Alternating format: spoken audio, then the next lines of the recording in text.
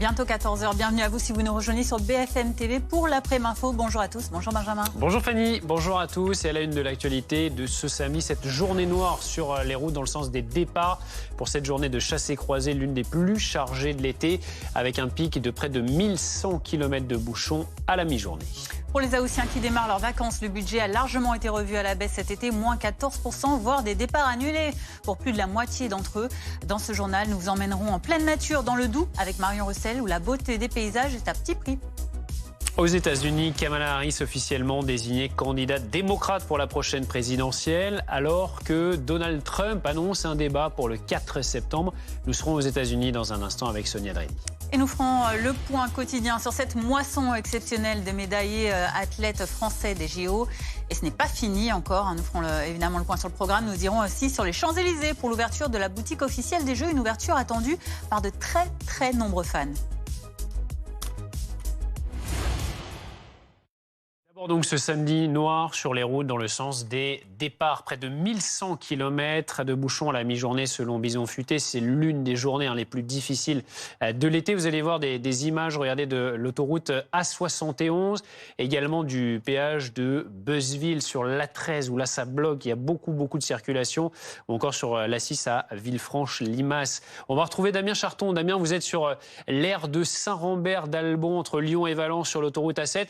C'est très chargé, Damien, autour de vous ? Eh oui, juste ici, vous le voyez derrière moi, ça freine en ce moment. Ça freine même pas mal, vitesse réduite. Évidemment, il y a à peu près 2 fois plus de véhicules par jour sur cette A7 dans le sens des départs, à peu près 80 000 véhicules, m'a dit Vinci Autoroute. Les temps de parcours sont largement multipliés par 2. Il fallait en moyenne 4 heures dans la vallée du Rhône pour faire Lyon-Orange au lieu de 1h35 habituellement. Donc prudence évidemment, on a mis du temps ce matin pour faire Lyon-Saint-Rambert d'Albon avec mon collègue Louis Léger. Évidemment, on était complètement bloqué à un moment à l'arrêt avant et après le péage de Vienne. Donc ça devrait aller mieux en tout cas d'ici 15 heures à peu près. Donc prenez votre mal en patience. Écoutez ces automobilistes qu'on a interviewés sur l'aire de Saint-Rambert d'Albon tout à l'heure. Bah là on est déjà à 12 heures là. Et il nous en reste 4. 3, 4. Normalement. Vous êtes plutôt positif, c'est bien, ça fait partie des vacances. Oui, ça fait partie des vacances, oui, moi. Ça me dérange pas, moi. On voulait partir un peu plus tôt au départ, mais on a eu un contretemps, mais on avait bien vu que ça allait être... on avait vu que c'était annoncé noir, il me semble. Donc on s'attendait un peu à ce qu'il y ait des embouteillages. Déjà, il faut s'arrêter pour prendre un peu d'air, continuer la route, écouter la musique, discuter. C'est tout ce qu'on peut faire quand on est dans une voiture. Voilà, donc il faut vraiment rester très vigilant, être vraiment bien regarder la route quand ça freine comme ça, quand ça roule en accordéon. Dans le sens des retours, c'est compliqué aussi. Si vous le pouvez, bien évidemment, il faut éviter cette autoroute A7 entre Orange et Lyon jusqu'à 17h. Et puis pour demain, c'est rouge également dans le sens des retours. Il faut éviter cette A7 également entre Orange et Lyon de 11h à 16h minimum. Merci pour ces conseils de circulation sur l'A7. Damien Charton avec Louis Léger pour BFM TV. On en parle avec vous, Benoît Saillot, rédacteur en chef de Radio Vinci Autoroute au niveau général, national. Ça donne quoi le trafic ? Alors, on avait en effet annoncé une journée noire aujourd'hui et c'est clairement le cas. Il y a beaucoup de monde depuis très tôt ce matin dans le sens dit des départs. Vous avez indiqué à l'instant quelques temps de trajet. Ils sont considérables. En effet, en Vallée du Rhône, sur l'autoroute A7 entre Lyon et Orange, il faut 3 fois plus de temps qu'en temps normal. Il y a un autre axe très emprunté, c'est l'autoroute A10 entre Paris et Bordeaux. Il faut 3 heures de plus que lorsque le trafic est fluide pour rejoindre Paris et Bordeaux. L'A63, c'est l'autoroute entre Bordeaux et l'Espagne qui longe l'Atlantique. Il y a également beaucoup de monde sur cet axe. Et puis l'autoroute A9. La9, c'est une autoroute qui longe la Méditerranée entre Orange et l'Espagne. Et il faut 2 fois plus de temps en direction de l'Espagne que lorsque le trafic est fluide. À Béziers notamment, il y a un très gros bouchon. Il faut beaucoup de patience. Et vous savez, notamment l'autoroute A9, c'est une des autoroutes qui est située dans les quelques départements qui sont encore aujourd'hui en alerte canicule. Et donc sur la radio 107.7, sur Radio Vinci Autoroute, on ne cesse de répéter ces conseils. Il faut s'hydrater, faire des pauses régulières parce qu'on sait que la chaleur, ça fatigue et la somnolence, ça reste une cause importante d'accidents sur l'autoroute. Benoît, est-ce que c'est la journée la plus chargée de l'été sur les routes ? Alors, en tous les cas, c'est celle qui est la plus chargée depuis le début de cet été. Ça, clairement. Je pense qu'il faut, entre guillemets, se méfier du week-end prochain. Il va y avoir également beaucoup de monde. Il va y avoir l'effet fin de JO. Et notamment en Ile-de-France, il y a des gens qui sont partis avant les Jeux Olympiques, c'est vrai. Mais il y a aussi des gens qui sont mobilisés sur ces JO et qui vont donc partir un peu plus tard que d'habitude. Le week-end prochain, il va vraiment falloir anticiper, partir tôt. Si vous pouvez, partez dès jeudi, parce qu'il risque d'y avoir beaucoup de monde sur la route. Et puis on rappelle les conseils généraux de prudence sur la route ? Oui, alors les conseils, j'en parlais, quand il fait chaud, vraiment faites des pauses régulières parce que la chaleur, c'est scientifiquement prouvé, ça épuise. L'idée, en fait, c'est de boire régulièrement, de boire avant d'avoir soif et de manger avant d'avoir faim parce que autrement, on est soumis à l'hypovigilance, à une somnolence importante et donc ça, c'est le principal conseil. Et puis, une pause, on le sait, toutes les 2 heures. Il faut faire une pause. Il y a de plus en plus de gens qui circulent en véhicule électrique. Ils ont l'occasion de faire leurs 20 minutes de pause, le temps de recharger la voiture, et ça, c'est une bonne chose. Merci beaucoup Benoît Salio pour toutes ces précisions. Merci d'avoir été avec nous. Et pour la route des vacances, BFM TV prend aussi la direction de l'Est de la France, dans le Doubs. Marion Russell est dans un lieu superbe en pleine nature. qu'on voulait vous montrer avec Sébastien Savoie qui m'accompagne, et bien tout simplement, c'est le décor derrière moi. Imaginez, là on est dans le parc de la Gare d'Eau, c'est à seulement peut-être 5 minutes à pied du centre-ville de Besançon, et pourtant on a l'impression d'être en pleine campagne. On est sur les bords du Doubs avec cette nature, ces oiseaux que l'on peut observer. D'ailleurs, les locaux comme les touristes ne s'y trompent pas, on voit quand même pas mal de gens commencer à arriver pour se promener, faire un petit peu de vélo. Il y a aussi une Via Francigena qui relie Canterbury à Rome pour les plus courageux, et puis cette citadelle aussi qui surplombe si vous êtes un peu féru de visites plus historiques. Alors forcément, ici, on cherche un petit peu de fraîcheur. Les mots d'ordre, ce sont détente, nature, grand air, et ça plaît de plus en plus. Ici, on est aussi près du Jura, de ces grands lacs, etc. Et forcément, les vacanciers ne s'y trompent pas. La Franche-Comté attire chaque année de plus en plus de touristes. Les Français qui, pourtant, partent moins en vacances. Ils restreignent même leur budget cet été. 53% des Français, en effet, ont l'intention de partir en vacances, soit 5 points de moins par rapport à l'an dernier. Et leur budget baisse aussi, en moyenne, moins 14%. Reportage de Mathis Menu et Vincent Hénin. Ils sont en première ligne pour vous faire profiter de l'été. Les restaurants sont aussi les premiers impactés par une baisse de budget des vacanciers. À Bordeaux, cette restauratrice le constate tous les jours. Les Français dépensent moins pour leurs repas. Soit les personnes vont peut-être consommer quelques entrées à partager à plusieurs personnes, ou bien prendre entrée-plat, squeezer le dessert, de la même manière que le vin qui va être privilégié sur juste un verre, plutôt que se faire plaisir sur une bouteille ou des cocktails. Selon un sondage Elab pour BFM TV, les vacanciers ont l'intention de dépenser 1 428 € en moyenne cet été, soit 228 € de moins que l'an dernier. Cela représente une baisse de budget de 14%. Ce que je trouve intéressant, c'est quand on pose la question aux Français qui vont réduire leur budget. Et on leur demande, c'est quoi le poste que vous allez réduire en priorité? Ce qui apparaît en premier, c'est l'alimentation, la restauration. Et ça va avoir un effet, forcément, sur le chiffre d'affaires des restaurateurs, mais aussi des traiteurs, des boulangers pâtissiers, des glaciers, de tout ce qui fait que on se lâche normalement un petit peu pendant les vacances. Autre enseignement de ce sondage, les Français sont moins nombreux à partir. 53% avaient l'intention de partir en vacances cet été, c'est 5 points de moins qu'en 2023. Près de 3 vacanciers sur 10 affirment avoir modifié leur plan en raison des Jeux Olympiques. Les eaux de la Méditerranée sont anormalement chaudes en ce moment. Près de 30 degrés, par exemple, relevés sur la côte est de la Corse. S'il s'agit d'une bonne nouvelle pour les baigneurs, cette augmentation de température est une menace pour les écosystèmes marins. Rachel Desmith. Se baigner dans la mer Méditerranée est devenu un jeu d'enfant pour ces vacanciers.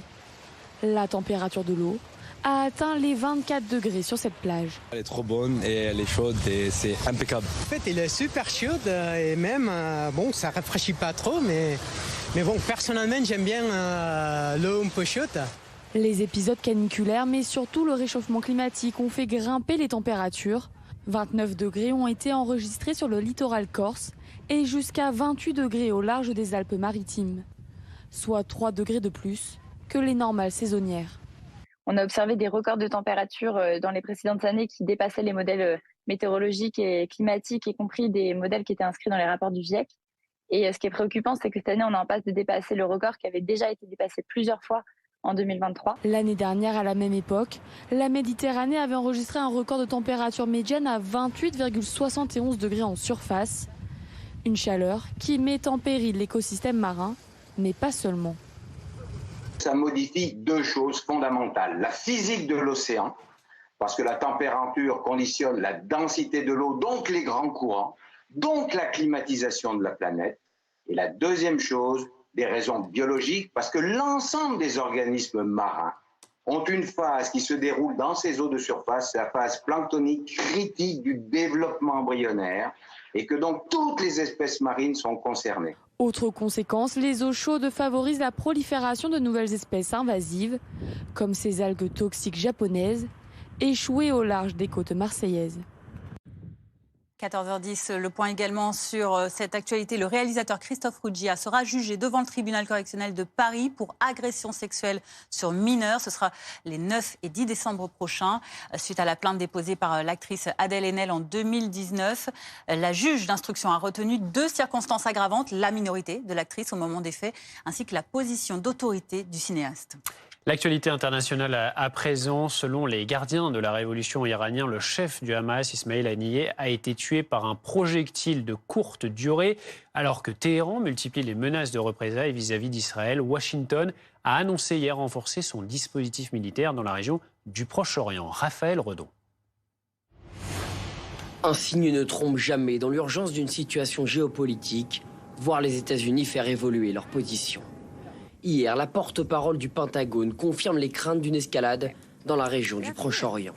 Le ministre va procéder à de multiples déplacements de forces afin de renforcer la protection des forces américaines dans toute la région, d'apporter un soutien accru à la défense d'Israël et de veiller à ce que les États-Unis soient prêts à répondre à cette crise en constante évolution. Les États-Unis vont ainsi déployer davantage de navires de guerre et d'avions de combat pour protéger les troupes américaines sur place et soutenir la défense militaire de l'État hébreu. Jeudi, un entretien téléphonique entre Joe Biden et le Premier ministre israélien Benjamin Netanyahou a permis de rappeler les craintes et l'engagement de Washington. Je suis très inquiet. J'ai eu une réunion très franche avec le Premier ministre. Vraiment franche. Nous avons les éléments de base pour un cessez-le-feu. Nous devrions le poursuivre et il devrait le poursuivre maintenant. C'est presque sûr, l'Iran va répliquer. En effet, la situation s'est tendue depuis l'assassinat mercredi dernier du chef politique du Hamas, Ismail Haniyeh. Téhéran attribue cette attaque à Israël et met en garde tout le monde sur de possibles représailles, y compris à la télévision nationale. Dans les prochaines heures, le monde assistera à des scènes extraordinaires et à des développements très importants. La mort du dirigeant du Hamas au lendemain de celle du chef militaire du Hezbollah près de Beyrouth sont 2 raisons de faire craindre une escalade majeure et un élargissement du conflit à des pays comme la Syrie, l'Irak ou le Yémen. Aperçu dans ce reportage, Kamala Harris est désormais officiellement la candidate démocrate pour la prochaine présidentielle aux États-Unis. Couronnement éclair pour Kamala Harris qui affrontera donc Donald Trump. On va retrouver notre correspondante Sonia Dridi à Washington. Kamala Harris qui s'est dite honorée, qui va accepter formellement l'investiture lors de la convention démocrate qui se déroulera fin août à Chicago. C'est une bonne nouvelle de plus pour la vice-présidente puisqu'hier son équipe de campagne a annoncé qu'elle avait récolté pour le mois de juillet 310 millions de dollars en levée de fonds.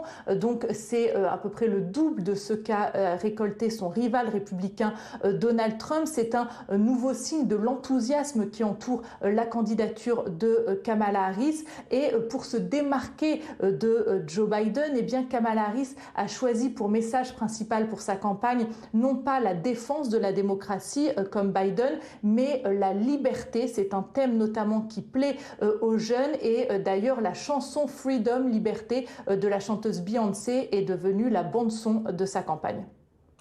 On parle des Jeux Olympiques à présent, après la soirée de dingue pour nos Français. Hier, on a décroché une nouvelle médaille. Ça ne s'arrête pas. L'argent au tir au pistolet à 25 mètres pour Camille Jedrzejewski, la France qui est deuxième avec 37 médailles. Et hier, en BMX Racing, c'était de la folie. Les tricolores qui ont réalisé un triplé historique. Joris Daudet en or, Sylvain André en argent et Romain Mailleux en bronze. Au Club France, Antoine Forestier a pu recueillir les impressions de nos 3 champions. Merci de nous accorder quelques minutes. Vous n'étiez pas au Club France hier, évidemment, pour vivre cette ambiance. C'était incroyable, la foule a applaudi. Comment c'était déjà à Saint-Quentin en Yvelines quand vous avez fait ce triplé historique? Ouais, Saint-Quentin, c'était déjà incroyable. Le public a été présent les 2 derniers jours et on a pu célébrer avec eux. Et on est super content d'être ici et excité de célébrer ça ce soir. Qu'est-ce que ça vous a procuré comme sensation d'être finalement tous les 3 sur le podium? C'était énorme. C'était surtout avec le public. Le public nous a poussé pendant 2 jours. C'était notre objectif d'être au moins sur le podium et avoir une médaille, donc d'être les 3. Quand on a réalisé qu'on était les 3, voilà, c'était fou et on a pu célébrer avec tout le monde. C'est un sport qui est hyper rapide, une trentaine de secondes à peine. Ça s'est joué sur quoi, le bon départ que vous avez fait tous les 3? Ça s'est joué sur le...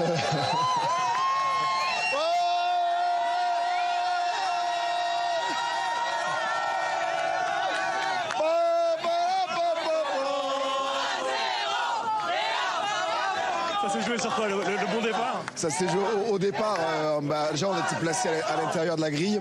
On a chacun fait un bon départ et en fait, on s'est retrouvés devant à l'intérieur et en fait, on a réussi à ne pas se toucher, à chacun se mettre bien à la file et à aller jusqu'à la ligne d'arrivée. Vous étiez déjà aux précédents Jeux Olympiques, ça n'avait pas marché, c'est oublié maintenant, on n'y pense plus à ces présentes performances, on retiendra que cette excellente performance des Français sur ces Jeux à Paris. Ouais, exactement, voilà, on a marqué l'histoire hier, donc on va retenir ça et puis on a mis le BMX dans l'histoire du sport français, donc c'est cool. Il y a une photo qui fait le tour d'internet depuis hier, c'est cette photo où vous avez les 2 premiers qui sont là et qui se retournent pour s'assurer que le 3e avec la médaille de bronze arrive. Vous l'avez vu la photo? Ça fait quoi de voir ses coéquipiers comme ça se tourner vers vous? J'ai pu le voir aussi en live parce que c'était moi le 3e et de passer l'arrivée, je pousse un peu le vélo et je lève la tête et je les vois les 2 me regarder. Je savais qu'ils savaient pas trop si j'avais fait 3e. J'ai dû leur donner la confirmation que c'était bon et après c'était 3e copie. Et nous on était ok. Et après, c'était dingue. Et après, on a vu la photo. Ouais, sur la photo, c'est encore plus cool. Mais c'est un peu l'esprit d'équipe qu'on a. Même si c'est un sport individuel, au final, c'est la France qui a gagné hier. Est-ce qu'il y avait un avantage au fait d'être chez vous en France? Vous connaissiez bien le terrain par rapport aux autres ou finalement ça se joue sur d'autres choses? Non, on connaissait pas le terrain plus que les autres. Tout le monde avait eu l'opportunité de rouler au mois de juin sur la piste comme nous. Ensuite, nous, on avait l'avantage d'avoir le public derrière nous et il était exceptionnel hier. Et je pense qu'il nous a poussé à faire quelque chose d'extraordinaire. Ouais.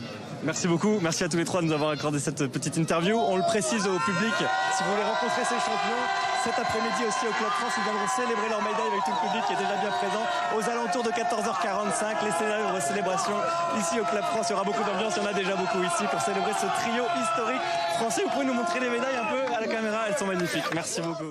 De très belles images, voilà, qui font bien chaud au cœur. Et on en a encore plein d'autres à vous montrer. Ces JO, ce sont ces performances des athlètes, des sites magnifiques, mais aussi beaucoup de produits dérivés, les casquettes, les t-shirts, la frige également, comme on a vu un peu partout, qui s'arrachent comme des petits pains dans les boutiques officielles, notamment celles qui ouvrent sur les Champs-Élysées. Anne-Sophie Vermont, c'est là qu'on vous retrouve pour BFM TV, avec des files d'attente qui ne désemplissent pas. Oui, regardez, cette file d'attente qui est quand même impressionnante devant cette boutique des Champs-Élysées. Alors, il faut dire que la boutique est extrêmement bien placée. Il y en a 9 dans Paris, mais celle-là, elle est vraiment centrale. Et puis, quand vous venez à Paris, que vous venez pour les Jeux Olympiques, vous faites quand même un passage par les Champs-Élysées et donc par cette boutique officielle. C'est le cas de Bertrand, qui vient de Valenciennes. Bertrand, qu'est-ce que vous avez acheté ? Alors, Bertrand, il a acheté 2 t-shirts, des magnettes pour coller sur le frigo et l'affiche des Jeux, parce que je trouve qu'elle est très belle, voilà, simplement. Alors rassurez-nous quand même, ce que vous me disiez, on n'attend pas tant que ça, hein, même si la file elle est impressionnante. La file peut faire peur, mais au final, ça passe très vite. Et je crois qu'on a dû mettre entre 15 et 20 minutes entre le bout de la queue et l'entrée de la boutique. Donc je pense que c'est quand même relativement rapide, voilà. Pourquoi c'était important pour vous d'avoir un souvenir des Jeux Olympiques ? C'est un événement exceptionnel, enfin, ça arrive une fois dans la vie, donc on se dit que c'est bien quand même d'avoir un petit souvenir quand on rentre à la maison. Se rappeler des bons moments et des exploits des athlètes qui sont ici, quoi. Enfin, voilà, c'est exceptionnel, voilà. Donc on a besoin d'avoir un petit souvenir, voilà. Merci beaucoup Bertrand pour votre témoignage. Je vous laisse retrouver votre famille. Alors vous voyez cette boutique, vous l'avez dit, qui ne désemplit pas. Elle est ouverte jusqu'à 22h, donc vous avez encore le temps de venir. Merci beaucoup Anne-Sophie Marmont sur les Champs-Élysées pour BFM TV avec Juliane Roland. On a rarement, voire jamais vu Paris avec cet état d'esprit. Des gens heureux, de la joie, cette fierté d'être français, ça fait vraiment plaisir. Ce sont des superbes moments que nous pouvons vivre actuellement dans la capitale. Et certains Parisiens qui ont voulu fuir ces Jeux à tout prix, eh bien, le regrettent aujourd'hui. Raphaël Redon. La côte atlantique ressemble cet été au refuge des Parisiens. S'offrir la mer et surtout éviter les encombrants Jeux Olympiques, idylliques sur le papier. Mais en réalité, certains regrettent déjà. C'est le cas de Léna, dont les bureaux du 10e arrondissement ont fermé et qui a préféré revenir dans sa famille à Pornichet. Moi, je suis avec mes parents ici, mais je pourrais être avec une vingtaine de copains à crier derrière l'écran pour pousser Léon Marchand à avoir une nouvelle médaille, en fait. J'aurais bien même été voir des matchs ou des combats dans un bar. C'est aussi cela, la réussite olympique, faire regretter la magie des Jeux à ceux qui en avaient peur. À Deauville, où de nombreux Parisiens possèdent des résidences secondaires, le calme tranche un peu trop avec la folie parisienne. C'est vrai que ce côté, on va dire, festif de la chose est exceptionnel. Ça aurait été effectivement pas mal de le vivre. Oh, surtout pour l'ambiance, je crois. L'ambiance, elle doit être géniale. Donc ça, c'est quelque chose qu'on capte pas trop à la télé. Enfin, le fait d'y être soi, c'est complètement différent. Claudie a été convaincue, elle sera de retour à Paris dans les prochains jours. Certains écourtent les vacances, d'autres optent à nouveau pour le présentiel, comme dans l'entreprise de communication de Mathieu Elkeim. On voit quelques personnes qui avaient privilégié le télétravail, qui reviennent un peu et qui prennent plaisir à revenir un peu plus qu'ils ne l'avaient prévu. Pour rappel, en mars dernier, près d'un Parisien sur deux disait vouloir quitter Paris pendant les Jeux. Allez, on prend un peu de distance tout de suite. On vous emmène en Italie sur la voie de l'amour. C'est l'une des plus belles balades au monde qui offre une vue imprenable sur les villages des fameuses 5 terres. 5 terres en italien. Cinque terre. Magnifique l'accent italien de Fanny. Après 12 ans de travaux, eh bien, le sentier rouvre au public vendredi prochain. Reportage d'Eléa Morel. C'est l'un des joyaux italiens qui retrouve son éclat. Le sentier de l'amour sera de nouveau accessible aux touristes vendredi prochain, après 12 ans de travaux. Le chemin, devenu impraticable après un glissement de terrain, est désormais équipé d'un système permettant de détecter les mouvements de la roche. Bien que nous ayons déjà sécurisé le flanc de la colline, la mer exerce également des forces qui peuvent affecter le chemin. Il y a donc encore des travaux en cours. L'investissement total est de près de 24 millions d'euros. 24 millions d'euros pour 1 kilomètre de sentier. L'investissement pourrait pourtant être rentabilisé car les touristes devront payer pour y accéder. 7,50 € par personne, avec un maximum de 400 visiteurs par heure, un moyen de lutter contre le surtourisme. L'objectif est de gérer les flux touristiques et non de réduire le nombre de touristes, car nous devons trouver un équilibre entre le tourisme, le territoire et l'agriculture. Nous ne sommes pas opposés au tourisme, mais nous avons compris qu'il fallait le gérer. En 2016, les 5 terres ont abandonné l'idée d'imposer des quotas de visiteurs. L'année dernière, la région a accueilli près de 4 millions de touristes. Tout de suite, c'est vos vacances. Vivez de bons moments devant votre programme avec le Parc Saint-Paul, le parc d'attractions pour toute la famille.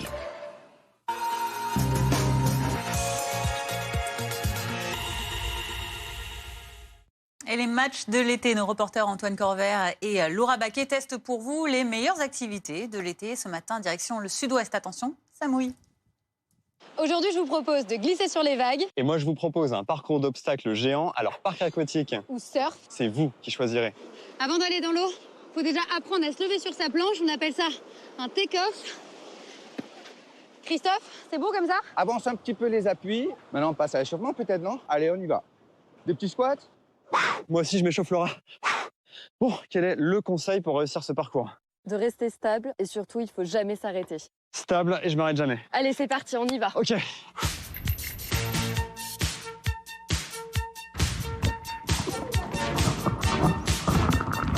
Le tout, c'est d'y aller, franchement, de jamais réfléchir.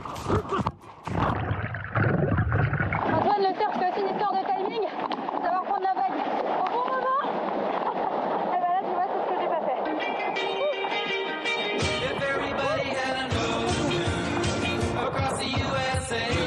C'est une question d'équilibre, mais bon, je t'apprendrai. Il va où? Tu vas où, Antoine? Eh oui. Coach, là, je fais comment, là, par exemple? Il est pas doué. Laura, va un peu plus loin. Tu mets le pied avant, bien droit. Parfait. Je l'ai fait. Je l'ai fait. Champion. Bon, la rapidité, c'est pas ton truc, mais c'était cool. Ok, bon, si t'es un petit peu fier de moi, ça me fait plaisir. Oui, oui, oui. Bon, alors, parc aquatique ou surf, à vous de choisir. Vivez de bons moments devant votre programme avec le parc Saint-Paul, le parc d'attractions pour toute la famille. Tout de suite, un point sur la météo. Rejoindre le mouvement de la rénovation énergétique. La météo avec Groupe Verlaine. Pour devenir franchisé dans les énergies renouvelables. Groupe Verlaine. Votre météo avec Coltou de Cyanolite. La colle pour tous vos projets de bricolage. Coltou. Coltou dans tous les cas. Retrouvez la météo avec les traditionnelles crèmes dessert Malo, sans additifs ni conservateurs. Un pur moment de plaisir pour toute la famille depuis 1948. Retrouvez la météo avec Habitat et Jardin.com, spécialiste de la maison, du jardin et de la piscine depuis 24 ans. Habitat et Jardin.com.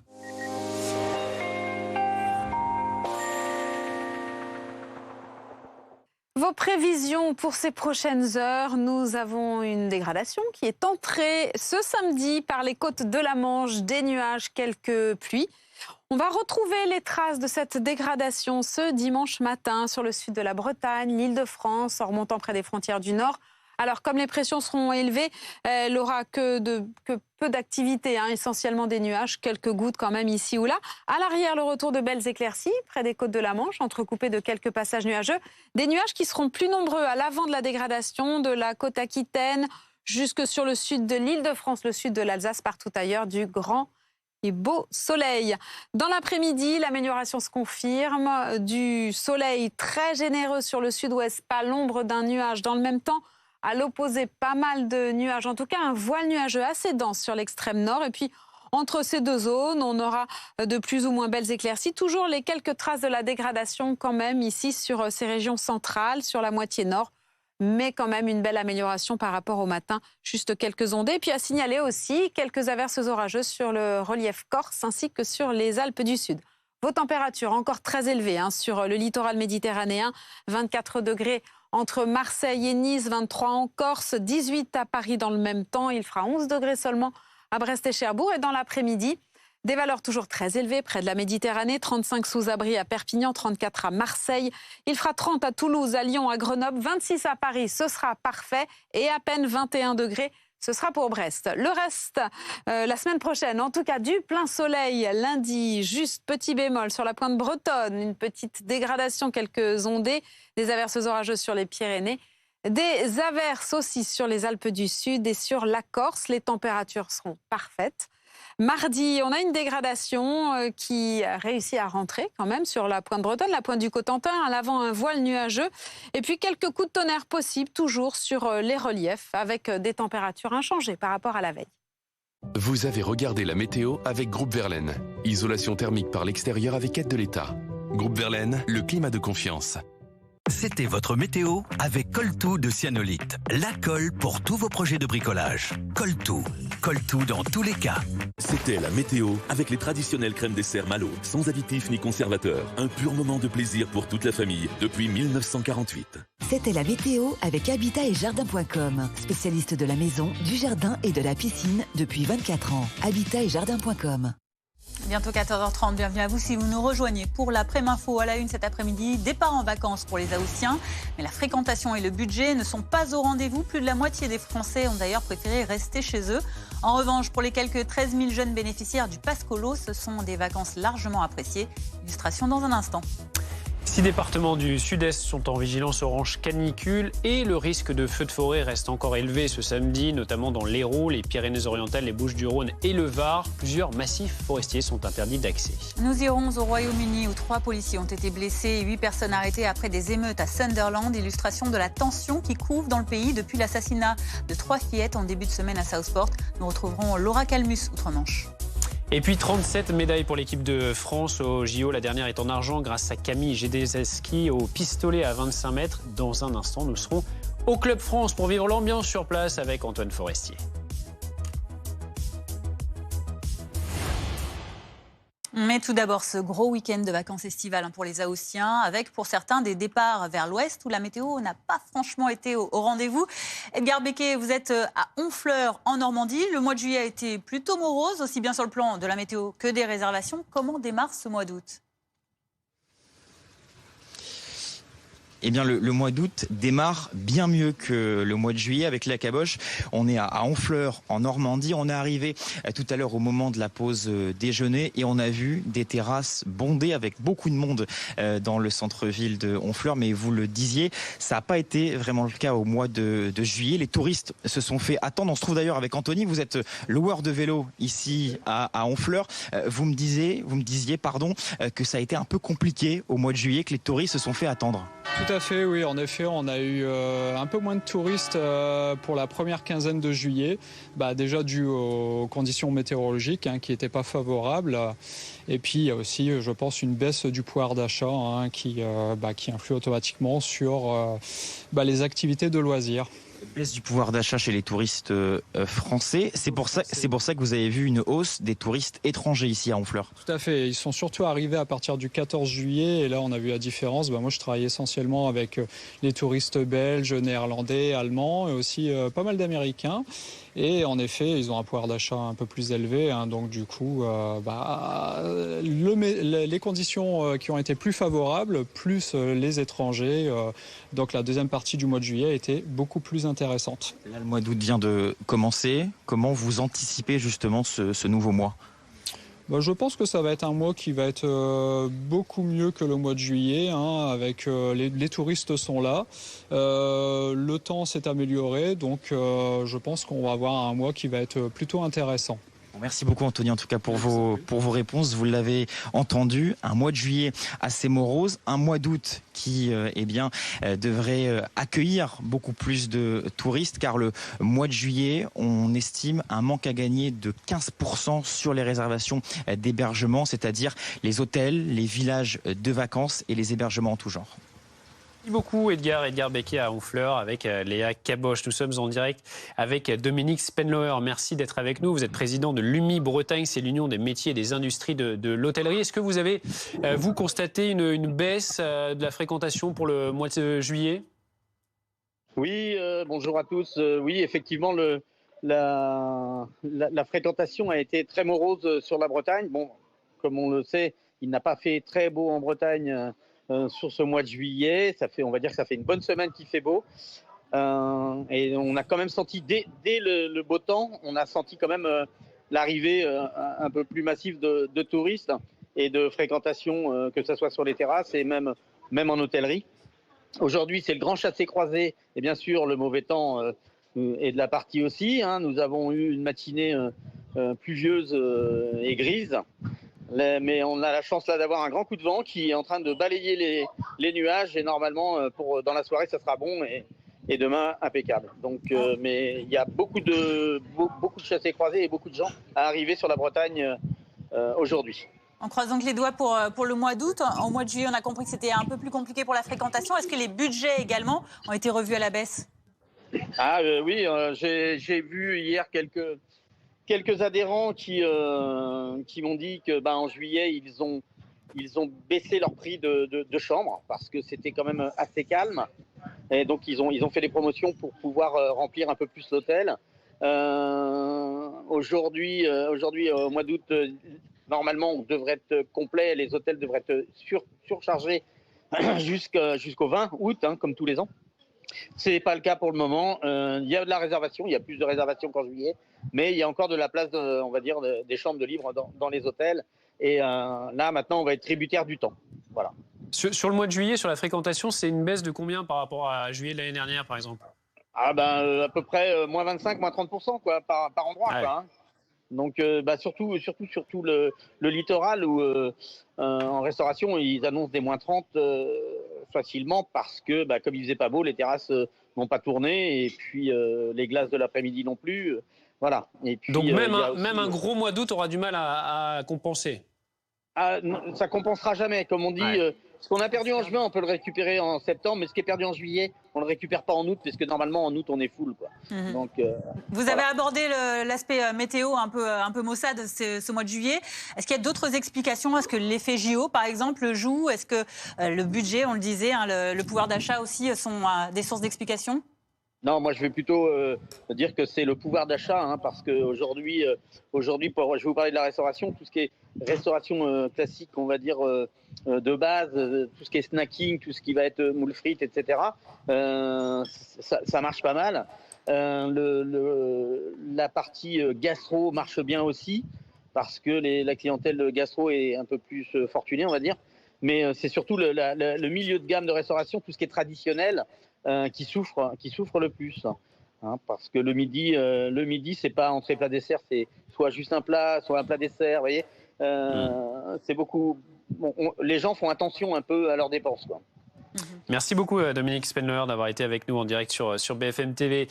Eux n'auraient annulé leurs vacances pour rien au monde. Quelques 13 100 jeunes de 11 ans issus de familles modestes ont profité de la première édition du Pass Colo, une aide de 200 à 350 € pour partir en colonie de vacances. C'est pas rien, un dispositif gouvernemental un peu passé inaperçu toutefois. Seuls 2% des familles éligibles y ont souscrit. Ce qui n'entache en rien, vous allez voir la joie de leurs enfants. Maxime Meunier, Pierre-Olivier Dantan. Vous mettez le maillot, vous prenez la serviette, une gourde et une casquette. C'est bon? Allez, on y va. Cet après-midi, c'est activité canoë pour les jeunes de cette colonie de vacances. Pendant une semaine, ils profitent des installations de ce centre de loisirs et une partie d'entre eux bénéficient du Pass Colo. Mis en place par l'État pour la première fois cette année, ce dispositif vise les enfants les moins favorisés pour leur permettre de partir en vacances. Après les réunions qu'on a pu avoir avec les parents, ils nous remercient même avant qu'ils partent parce qu'ils nous disent on a nos enfants, ils sont en bas, alors soit en bas des immeubles ou même s'ils sont dans des résidences, ils partent pas. Là ça leur permet au moins de partir 7 jours, vivre autre chose avec d'autres enfants. Timothée vient pour la première fois dans cette colonie. Il teste chaque jour de nouvelles activités, il s'est fait des amis, il est conquis. Que ce soit avec mes amis, les activités que j'ai fait. Les moments passés ensemble, oui, des souvenirs, oui, ça y en a. Dans l'an prochain peut-être. Sûrement. Pour les animateurs, c'est également l'occasion de profiter et de partager le bonheur de ces enfants qui, pour certains, partent pour la première fois en vacances. Ils sont hyper heureux, vu qu'il y en a qui n'ont pas trop la chance d'avoir des bonnes vacances. Là, ils sont vraiment épanouis et de faire des bonnes activités dans l'eau et tout. Le Pass Colo a ainsi permis dans ce centre de vacances d'accueillir 48 enfants issus des quartiers prioritaires. Et sur la route, ça va être chargé dans ce week-end de chassé-croisé, bison futé qui voit noir sur tout le territoire dans le sens des départs, vous le voyez. Pour les retours, c'est orange partout sauf en Ile-de-France et dans le sud-est où c'est rouge. Illustration regardez sur ces webcams en direct. Il y a beaucoup de circulation, notamment au péage de Beuzeville sur l'A13. C'était assez chargé aussi au péage de Clermont-Gerzat sur l'A71 ainsi que le péage de Villefranche-Limace sur l'A6. Soyez prudents sur la route et pensez à la pause toutes les 2 heures. Oui, preuve que ces routes, elles sont bien chargées aujourd'hui. Bison futé a relevé un pic d'embouteillage à 1096 km à la mi-journée. Alors, alimentation, activité, comment faites-vous pour passer le temps pendant vos pauses sur les aires d'autoroute? Damien Charton et Louis Léger sont allés à la rencontre des automobilistes. Le récit d'Osema Kemissi. Au péage de Vienne, la circulation est très difficile depuis ce matin. Plus de 100 km de bouchons ont été constatés sur l'autoroute A7. L'occasion pour ces vacanciers de prendre une pause après un trajet de plusieurs heures. On prévoit tout, le petit-déj, voilà, pour pas perdre de temps sur les aires de repos, le pique-nique, et puis voilà, puis ça roule. Là, il nous reste 3 heures, 4 heures, je crois. Donc là, après, avec les bouchons là, il y a une bonne heure de bouchons, je pense. On est passé, ça allait bien. Et puis là, là, quand on est arrivé ici, là, on s'est garé parce que là, c'est bouché. Alors, quitte pour faire la pause aux gamins, là, les enfants, on va faire la pause là tout de suite. En ce week-end de chassé-croisé, ce samedi est classé noir au niveau national dans le sens des départs. Pour les retours, la circulation est aussi difficile. Selon Bison Futé, elle ne devrait pas s'améliorer dans la journée. Malgré cela, les automobilistes gardent le sourire. Nous, on n'est pas pressés, on a le temps sur la route des vacances. Et on n'est pas celui qui va arriver le plus vite ou en premier. Et quand le trajet dure, les passagers ont leur méthode pour passer le temps. Les jeux et les jouets. Le téléphone, principalement, la radio. Et puis, on fait des pauses pour faire passer le temps aussi. Les conditions de circulation devraient s'améliorer ce dimanche, mais resteront compliquées, notamment en Île-de-France. Dans l'actualité également, il y a ces vigilances météo qui ne persistent plus que dans quelques départements. 6 départements du sud-est qui sont toujours en vigilance orange canicule. Sandra Larue, notre spécialiste météo, nous a rejoint. Sandra, on va commencer par la Seine-Maritime. Il y a la Seine-Maritime qui est concernée pour Seine-et-Marne, vigilance orange crue. Voilà, la vigilance orange crue est toujours en cours actuellement. Cela dit, le pic est passé. On surveille quand même la situation parce que l'onde de crue est encore en train de se propager très localement. Mais évidemment, le plus gros est passé, d'autant qu'il n'a pas plu hier, qu'il ne pleut pas aujourd'hui et qu'il ne pleuvra pas demain. Donc la situation, globalement, est en train de s'arranger. On surveillera probablement, peut-être, à suivre une levée de vigilance aux alentours de 16h tout à l'heure. Et puis on le disait, on le voit sur cette carte, encore 6 départements du pourtour méditerranéen qui sont eux en vigilance orange canicule. Voilà, exactement. On a toujours ces très fortes chaleurs qui persistent sur l'ensemble de ces départements, donc sur la Corse, le Gard, l'Hérault, les Bouches-du-Rhône et le Var. Encore des températures extrêmement chaudes aujourd'hui. On relève déjà actuellement 36 à Cuers dans le Var, 35 au Castellet. En Corse aussi, grosse chaleur, 35 à Sartène et 36 à Ajaccio. Mais vous le voyez sur cette animation satellite, on a de l'air plus océanique qui arrive aujourd'hui par les côtes de la Manche, une petite perturbation. Et cela est plutôt pas mal parce que ça devrait rafraîchir. Alors un tout petit peu les températures, elles vont quand même rester extrêmement élevées, mais on va passer a priori sous le seuil des canicules. Cet après-midi, donc je vous le disais, encore des températures très élevées, à Montpellier 36 degrés, de fortes chaleurs sur l'ensemble du petit quart sud-est. Et puis demain matin, encore des valeurs élevées au lever du jour, donc des nuits qui restent vraiment difficilement supportables entre Marseille et Nice, 24 degrés. Donc le mercure qui ne va pas descendre en dessous des 24 degrés. Et dans l'après-midi, donc, on retrouvera des températures encore élevées plutôt sur le Roussillon, 35 degrés à Perpignan, mais ça reste encore élevé partout ailleurs. Donc c'est une masse d'air quand même plus fraîche, entre guillemets, qui arrive. On va voir la fin de cet épisode caniculaire qui recule. On aura quand même une petite hausse des températures encore pour lundi après-midi, vous le voyez, encore 34 à Marseille. Mais après, ça va vite devenir orageux. On a une nouvelle dégradation qui arrive par la pointe de Bretonne qui va traverser le pays et qui va faire baisser les températures. Donc retour ensuite du soleil et des températures beaucoup plus respirables. Merci beaucoup Sandra. La chaleur qui est l'un des ingrédients favorisant les incendies de forêt avec la sécheresse et le vent. C'était le cas hier après-midi dans l'Hérault, près de Montpellier. 38 hectares de végétation sont partis en fumée à Fabrègues. Incendie fixé en début de soirée grâce à d'importants moyens. 290 pompiers et 4 Canadair ont été mobilisés. Vous revoyez ces images. Dans l'actualité à l'étranger, à présent à 14h42, on en vient à cette tension, toujours au Proche-Orient et cette escalade de tension. Siavosh Ghazi, vous êtes notre correspondant BFM TV à Téhéran. On parle notamment de ces tirs. L'Iran qui donne de nouvelles précisions sur les circonstances de l'attaque contre Ismail Haniyeh, le chef politique du Hamas qui a été tué en début de semaine. Absolument, les gardiens de la révolution viennent de publier un nouveau communiqué donnant quelques détails sur les circonstances de l'attaque qui a été menée contre la résidence où se trouvait Ismail Haniyeh. Selon le communiqué des gardiens de la révolution, en fait, C'est un projectile qui a été lancé donc avec une tête de guerre de 7 kg qui a été lancé des environs de la résidence visant la chambre où se trouvait Ismail Haniyeh, causant sa mort. Alors, démentant en quelque sorte donc la version, la thèse qui a été avancée par exemple le New York Times, qui avait affirmé que donc des explosifs avaient été placés dans cette résidence il y a 2 mois, mais admettant dans le même temps que des hommes sur place à Téhéran ont utilisé des armes de guerre pour frapper le lieu où résidait Ismail Haniyeh. Cela veut dire qu'ils avaient une connaissance précise de l'endroit où se trouvait Ismail Haniyeh et ont pu utiliser des armes de guerre, un missile ou peut-être des drones d'attaque pour frapper donc cette résidence.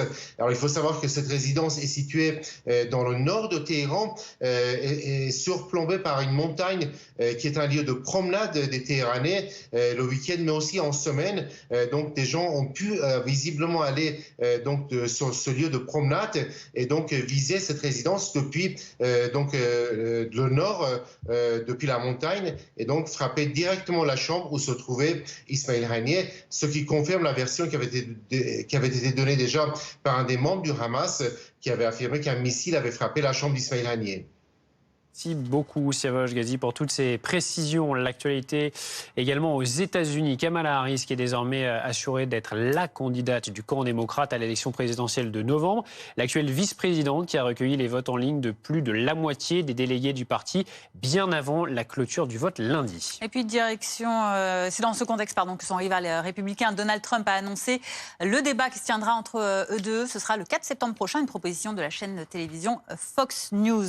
Direction le Royaume-Uni à présent. Et oui, on va tout de suite aller au Royaume-Uni. Vous le savez, ça a été assez tendu ces dernières heures, avec notamment des heures qui se sont déroulées. On va retrouver Laura Calmus, qui est donc notre correspondante. Comment se sont déroulées ces dernières heures, Laura ? Eh bien, c'est surtout ces manifestations ces violences qui ont choqué hier soir, avec ce matin un élan de solidarité de la part des habitants de Sunderland qui sont venus pour nettoyer les dégâts. Car hier soir, ces centaines de manifestants qui étaient masqués s'en sont pris aux forces de l'ordre, avec des magasins qui ont été pillés, le commissariat et la mosquée de la ville a été pris pour cible et une voiture a été incendiée. Alors, ces violences sont imputées à l'extrême droite et sont liées à l'attaque au couteau de Southport qui a fait 3 morts, 3 fillettes qui sont décédées après cette attaque au couteau, et à cause des informations souvent fausses qui ont circulé sur les réseaux sociaux par rapport au suspect. On dit qu'il est demandeur d'asile, qu'il est musulman, qu'il est arrivé en Angleterre il y a à peine 1 an. Toutes ces informations ont été fausses, ont été d'ailleurs démenties par les autorités qui ont été forcées, même s'il est mineur, de donner son identité. Mais le mal est fait, c'était déjà trop tard, et donc ces manifestations se multiplient. Les autorités estiment que près de 30 manifestations pourrait aussi avoir lieu aujourd'hui. Merci Laura Calmus, et on suivra tout cela de très près avec vous, avec cette très grosse manifestation pro-palestinienne également prévue aujourd'hui à Londres. Dans l'actualité également sportive, à présent, les Jeux Olympiques et les performances de nos athlètes extraordinaires, c'est le moins qu'on puisse dire. On fait le point avec vous, Antoine Salva, journaliste RMC Sport, qui est avec nous depuis ce matin déjà. Une nouvelle médaille, la 37e. Oui, bonjour Fanny, bonjour Benjamin. 37e et même 38e médaille, c'est tombé il y a quelques instants. Médaille en tir à l'arc, le bronze pour Barbelin. Et effectivement, ce matin, tir au pistolet 25 mètres, Camille Jedrzejewski, 22 ans, deuxième après avoir été battue par la numéro 2 mondiale sud-coréenne, Yeonjin. C'était ce matin à Châteauroux, défaite au tir de départage. Il y avait 37 partout. Alors malheureusement, elle n'a pas fait mouche, contrairement à sa concurrente. 37e à ce moment-là, Breloque, c'était la 13e en argent. C'était ses premiers JO et on l'écoute, c'est forcément à jamais marqué dans son esprit. Très émue pour l'instant, voilà, je réalise pas trop, mais oui, ça va, je suis très fière de ce que j'ai fait aujourd'hui. C'était vraiment un moment qui restera longtemps, en tout cas dans ma tête et dans mon cœur.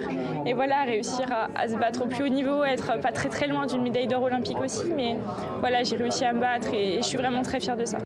Antoine, il y a aussi du judo, puisque les Bleus En finale, l'équipe de France qui est donc avec l'équipe de France mixte qui est en finale après avoir battu l'Italie. Teddy et Riner et ses coéquipiers sont nettement imposés. Oui, facilement imposés. 4-1 score final. Il y avait avec lui Gaillet, Dicot et Sarah Léonie Sizik qui a remporté le dernier combat. Qualification en finale pour affronter le Japon. Ça sera tout simplement la revanche des JO de Tokyo 2021. Première édition du tournoi par équipe. La revanche donc de Tokyo, ça se passait au Budokan et les Japonais l'ont dit, ils veulent leur revanche à Paris pour faire mal à Teddy Riner et à sa bande. Alors Antoine, on a été bien habitué depuis le début, on attend encore beaucoup de nos nageurs. Oui. Ah oui, alors 4x100 4 nages avec Léon Marchand, bien entendu, 4 titres en individuel. Il a l'objectif d'en gagner 2 en relais. D'abord donc le 4 nages aujourd'hui, ça sera donc ce soir avec le Toulousain. Ils brilleront une médaille bien entendu. Alors il y avait Ndoye Brouard Setchi et Fente Damers.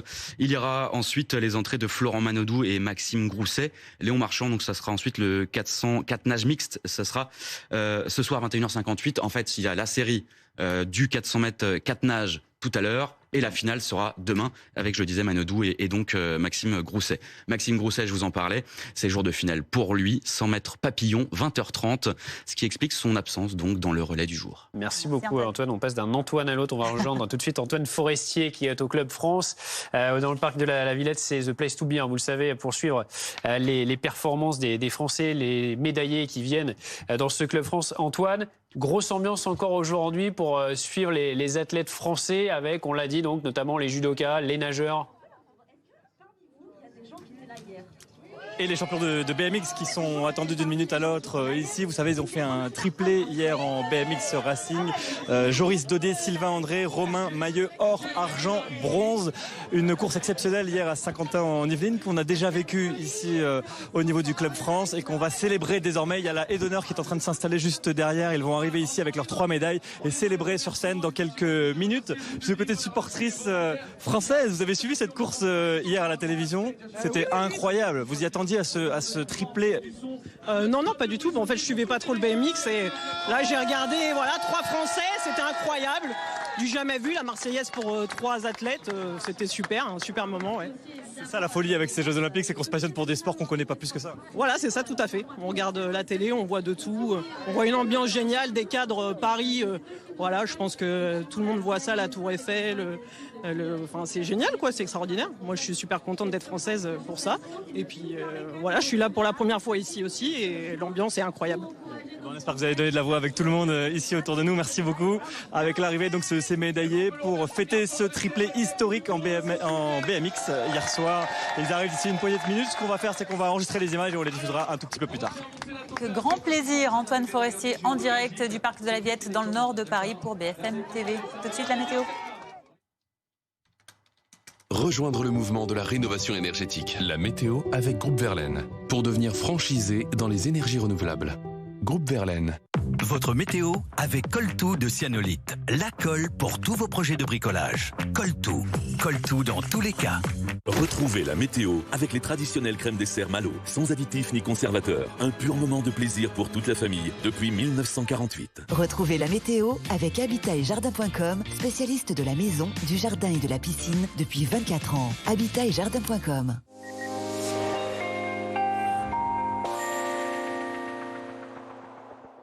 Vos prévisions pour ces prochaines heures, c'est une dégradation qui est arrivée ce samedi par les côtes de la Manche.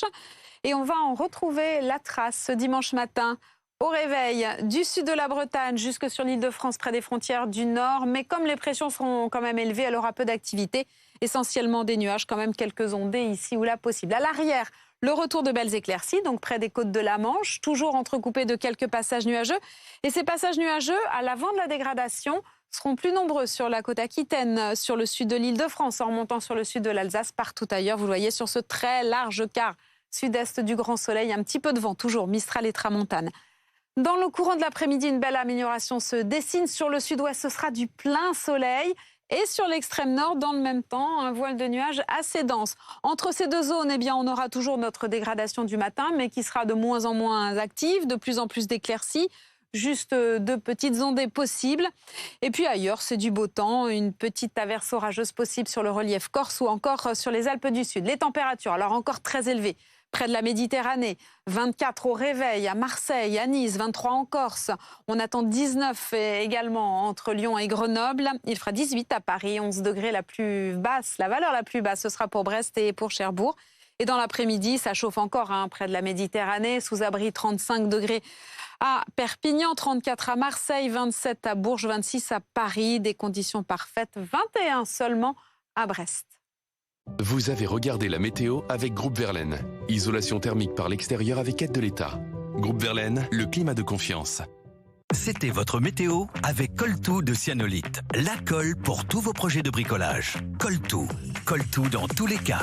C'était la météo avec les traditionnelles crèmes dessert Malo, sans additifs ni conservateurs. Un pur moment de plaisir pour toute la famille depuis 1948. C'était la météo avec Habitat et Jardin.com, spécialiste de la maison, du jardin et de la piscine depuis 24 ans. Habitat et Jardin.com. Restez avec nous sur BFM TV. Dans un instant, on va reparler de ce chassé-croisé sur les routes. Aujourd'hui, c'est une journée noire dans le sens des départs, avec un pic de près de 1100 km de bouchons à la mi-journée. On y revient dans un instant.